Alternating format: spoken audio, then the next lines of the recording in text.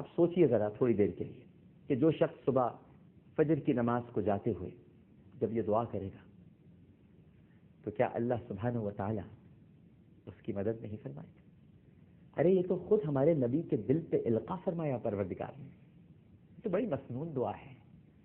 آگے دائیں بائیں پیچھے نور ہی نور ہے. تو اس کا مطلب کیا ہوا؟ اس کا مطلب یہ ہوا کہ میرے بندے میں تو تیرے قریب ہی ہوں، شہرت سے بھی زیادہ قریب ہوں. یہ آگے پیچھے دائیں بائیں یہ اللہ سبحانہ و تعالی بنیادی طور پر ناظرین کرام اپنا ذکر نہیں فرما رہا. یہ اللہ کی شان کے خلاف ہے کہ وہ آگے ہو. میں یہ سوچ سکتا ہوں کہ اللہ میرے پیچھے ہو، میں یہ سوچ سکتا ہوں کہ اللہ میرے آگے ہو، کیونکہ آگے ہے تو پھر اس کے بھی آگے کچھ ہے. میں یہ سوچ سکتا ہوں کہ اللہ میرے دائیں ہو، میں یہ سوچ سکتا ہوں کہ اللہ میرے بائیں ہو. یہ تو در حقیقت وہ نور ہے جو حالہ بنا لے گا شیطان کے اندھیروں سے ہماری حفاظت کے لیے، ورنہ وہ تو ہماری شہرت سے بھی زیادہ قریب ہے. اس کے لیے کوئی زمان اور مکان نہیں ہے، وہ کسی مقام پر نہیں ہوتا، وہ ہر وقت موجود ہے، ہر لمحہ موجود ہے، ہر ساتھ سے باخبر ہے.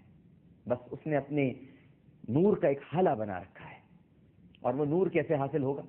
چلیے اب یہ بھی سوال پیدا ہوتا ہے. دائیں نور، بائیں نور، آگے نور، پیچھے نور.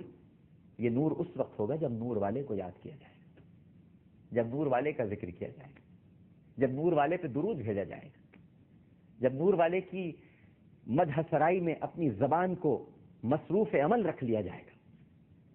جب زبان ستائش گوئی میں نغمہ سرا ہوگی تو پھر شیطان بہکانے کے لیے نہ دائیں سے آ سکے گا، نہ بائیں سے آ سکے گا، نہ آگے سے آ سکے گا، نہ پیچھے سے آ سکے گا. کیونکہ نبی کریم صلی اللہ علیہ وآلہ وسلم خود ارشاد فرماتے ہیں کہ شیطان میرے پاس نہیں آ سکتا، نہ شیطان میری شکل بنا سکتا ہے. لہذا اس کا مطلب یہ ہوا کہ جو نور ہے یہ در حقیقت وہ درود پاک ہے، وہ ذکر ہے، وہ تسبیح ہے، وہ تحلیل ہے کہ جس کا مسلسل ذکر کرتے رہنا ہمیں شیطان سے بچانے کا سبب بنتا ہے. اگر آپ کے ہونٹ ہر وقت ہلتے رہیں اللہ اکبر، سبحان اللہ، الحمدللہ، ان تسبیحات کو کم مت سمجھیے گا ناظرین کرام، یعنی عظیم تسبیحات ہیں. ہم ان کو پڑھتے ہی نہیں ہیں، بس ہم نے نماز میں خود ہی اس کو بس ایک طریقہ کار بنا لیا ہے کہ بس 33 مرتبہ الحمدللہ پڑھ لی، 33 مرتبہ سبحان اللہ پڑھ لی، 34 مرتبہ اللہ اکبر پڑھ لی، بس ہر نماز میں یہ پڑھ لیں، ختم. ارے آپ کی زبان اگر ہر وقت اللہ کی حمد میں مصروف ہو جائے تو اس سے خوبصورت زبان کوئی اور ہو سکتی ہے؟ آپ حمد میں مصروف ہوں، دیکھیے نور کے حالے کھنچتے چلے جائیں گے. آپ درود پڑھنا شروع کر دیں، نور والے کے حالے کھنچتے چلے جائیں گے. آپ اور مسنون اذکار شروع کر دیں، چاروں طرف سے حفاظت شروع ہو جائے گی. ہم دعا کیا مانگتے ہیں؟ اللہم انی اسألک العفو والعافیۃ فی الدنیا والآخرہ، اللہم انی اسألک العفو والعافیۃ فی دینی ودنیای واہلی ومالی.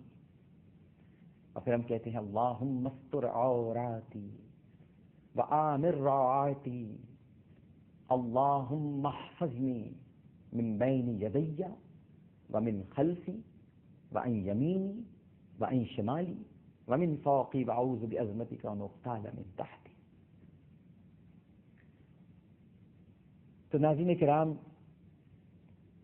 ہمیں اصلاح کی یہاں یہ ضرورت ہے کہ ہم نے اللہ کی تسبیح اور اس کے ذکر کو عبادتوں کے ساتھ مخصوص کر دیا ہے. بس یہاں بڑا درد ہوتا ہے. نماز ہوگی تو تسبیح پڑھی جائے گی، نماز نہیں تو تسبیح بھول گئے. درود پڑھتے رہنا عادت ہونی چاہیے. حضرت ابی بن کعب رضی اللہ تعالی عنہ، یاد ہے نا آپ کو وہ حدیث؟ کئی سوالات آپ نے پوچھے تھے، میں اتنا کر لوں، اتنا کر لوں، اتنا کر لوں، اتنا کر لوں. تو آخر میں سرکار نے ارشاد فرمایا کہ بھائی تو مجھ پہ مسلسل درود پڑھتا ہے، سارے اذکار چھوڑ، بس درود پڑھ لے، تیرا بیڑا پار. ہم درود سے دور رہتے ہیں. درود تو تمام عبادتوں کا مغز ہے، تمام عبادتوں کی جان ہے. درود ہی میں تو سب کچھ پوشیدہ ہے. اللہ درود پڑھتا ہے وہ تحفہ ہوتا ہے، بندے درود پڑھتے ہیں وہ اطاعت ہوتی ہے. اللہ کا درود اور ہے، بندوں کا درود اور ہے۔ کبھی یہ مت کہنا کہ اللہ بھی درود پڑھتا ہے تو ہم بھی درود پڑھتے ہیں، کبھی مت کہنا، یہ شرک ہے، یہ شرک بالصفات میں شامل ہے۔ تم اللہ کا درود پڑھنے والا درود نہیں پڑھ سکتے، وہ تو تحفہ ہے اپنے حبیب کے لیے۔ تمہاری کیا اوقات کے تحفہ دے سکو سرکار کو؟ تم تو ان سے تحفے لیتے ہو، اور وہ بھی طلبگار ہو ان سے تحفے لینے کے۔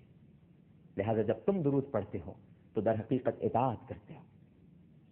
اطاعت کس کی کرتے ہو؟ حکم ربی کی کرتے ہو۔ کیسے کرتے ہو؟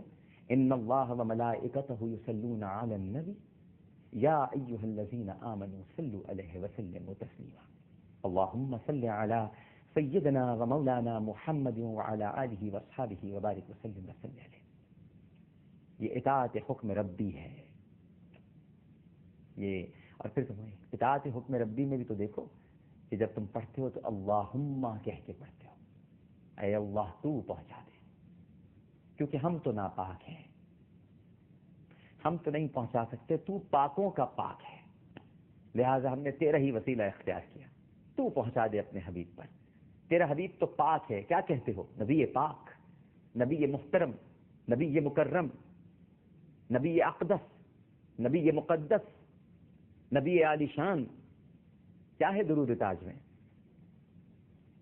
جی یاد ہے نا سبق کو آپ کو؟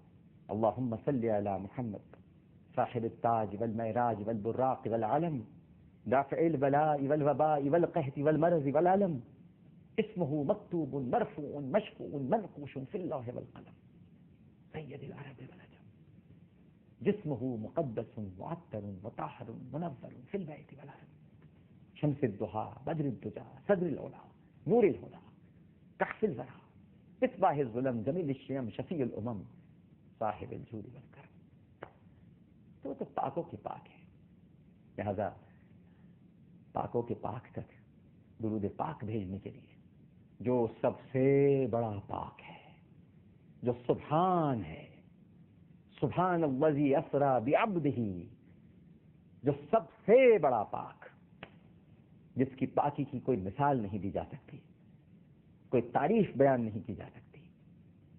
سارے سمندروں کی پانی کو سیاہی بنا کر بھی اگر پروردگار کی تعریف لکھنی شروع کر دی جائے تو وہ بھی کم پڑ جائے، اور پھر سمندر پیدا ہو جائیں، اور پھر سمندر پیدا ہو جائیں، اور میں کہتا ہوں اگر قیامت تک سمندر جنم لیتے رہیں اور ان کے پانی سیاہی بنتا رہے تب بھی میرے رب کی تعریف کا حق ادا نہیں کر سکتا، اتنا بڑا پاک ہے۔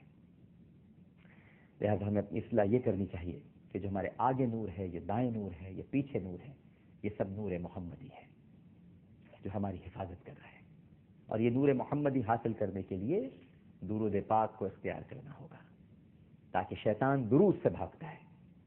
جہاں درود ہے وہاں شیطان نہیں، جہاں درود نہیں وہاں شیطان